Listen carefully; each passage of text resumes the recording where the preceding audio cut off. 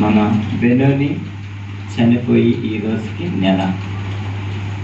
ఈరోజు ఈ కూడికిని ఏర్పాటు చేసిన, ఎందుకంటే శుక్రవారం మీకు కంటిన్యూ ఉండేదే, అయితే ఈరోజు నాకైతే ప్రాముఖ్యం కాబట్టి కొన్ని మాటలు మనం ధ్యానం చేసుకుందాం.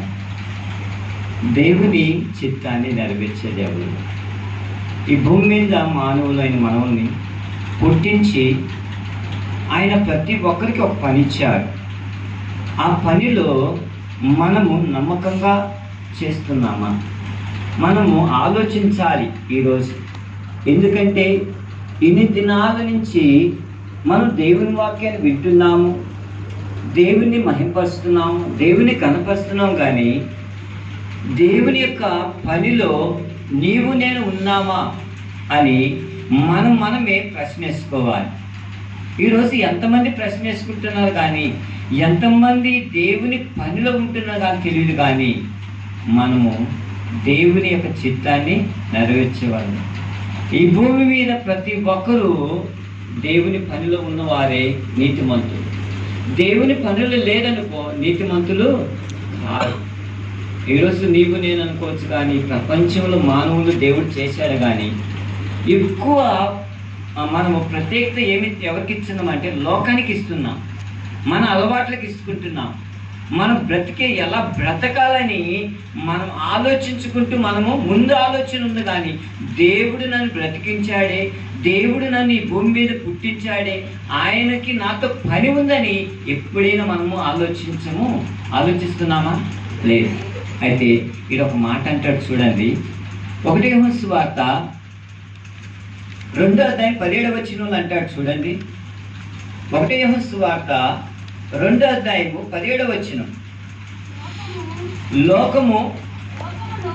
లోకమును దాని ఆశయు గతించిపోతున్నది, కానీ దేవుని చిత్తమును జరిగించేవాడు నిరంతరము నిలిచి ఉన్నాడంట.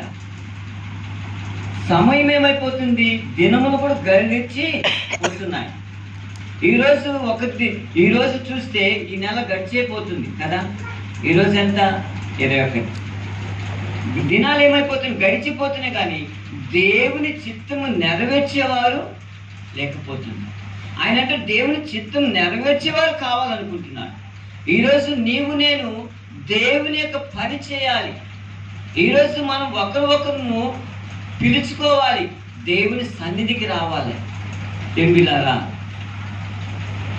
ఈరోజు మనం ఆలోచిస్తే మన ముందు మన బెనోని లేడు. అయితే దేవుని చిత్తాన్ని నెరవేర్చి ఆయన చిత్తంకి తండ్రి దగ్గరికి వెళ్ళాడు. అంటే ప్రతి ఒక్కరికి ఒక గుణపాఠమే మనం నేర్చుకోవాలి. ఆ బిడ్డ చెప్పిన మాటలని మనం ఏం చేయాలి? ఆలోచించాలి.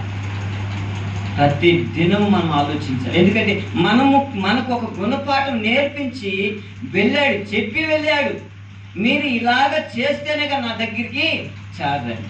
ఈరోజు మనం ఎంతమంది దేవుని వాక్యాన్ని విని నడిచేవారుగా కనిపించాలి, ఇతరులకి మాదిరిగా ఉండాలి. అతని భూమి మీద బ్రతికిన దినములని మాదిరిగా ఉన్నాడు, సాక్షిగా ఉన్నాడు. ఏమైతే బోధించే ప్రతి ఒక్కరు మనసులో నాటకపోయింది. ఈరోజు మన ఆత్మీయ తండ్రి ఏదైతే బోధిస్తాడో అది మన హృదయంలో నాటకపోవాలి, నాటిచ్చి అది ఏమైపోవాలి, ఫలించాలి. ఈరోజు ఫలిస్తున్నామా? ఈరోజు ఎన్నో మాటలు దేవుని వాక్యాన్ని వింటున్నాము, కానీ ఆ వాక్యాన్ని విని గ్రహించి నడిచేక మనం మర్చిపోతున్నాం.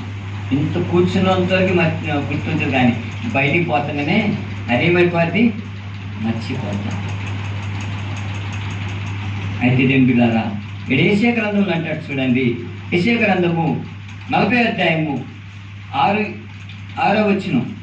యెషయా గ్రంథము 40వ అధ్యాయము 6వ వచనం.